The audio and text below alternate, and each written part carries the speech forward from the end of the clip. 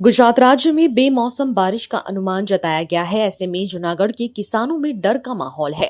इस साल पहले ही कम उत्पादन के कारण संकट का सामना कर रहे केसर के किसानों का फसल अब मूसलाधार बारिश की वजह से खतरे में आ गया है।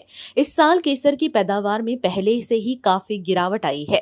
अब अगर बारिश होती है तो इसका सीधा असर फसल पर पड़ेगा और किसानों को करोड़ों का नुकसान हो सकता है। जूनागढ़ जिले के केसर बागों में किसानों का कहना है कि एक बाग पर करीब 15,000 रुपए का खर्च आता है।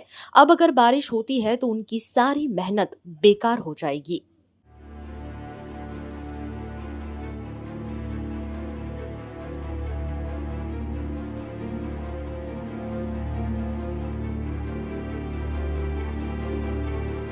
बहुत नुकसानी है। जो वावाझोडું આવી જાય, વરસાદ આવી જાય, આવતું થાય તો અમે તો માથા ઉડીને જવાનો વારો આવે।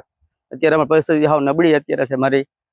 અત્યારે તો મારે વાવાઝોડું થઈ જાય ને માવઠું આવી જાય તો અમારે કાંઈ વસ્તુનું કાંઈ થાય નહીં। અમારે 15 વીઘા। કેટલો ખર્ચો લાગે વીઘે? 15,000 રૂપિયા દવાનો ખર્ચો બધું અમારે મધુ માથે પડે। અમારે કાંઈ ભેગું ના થાય અમારું।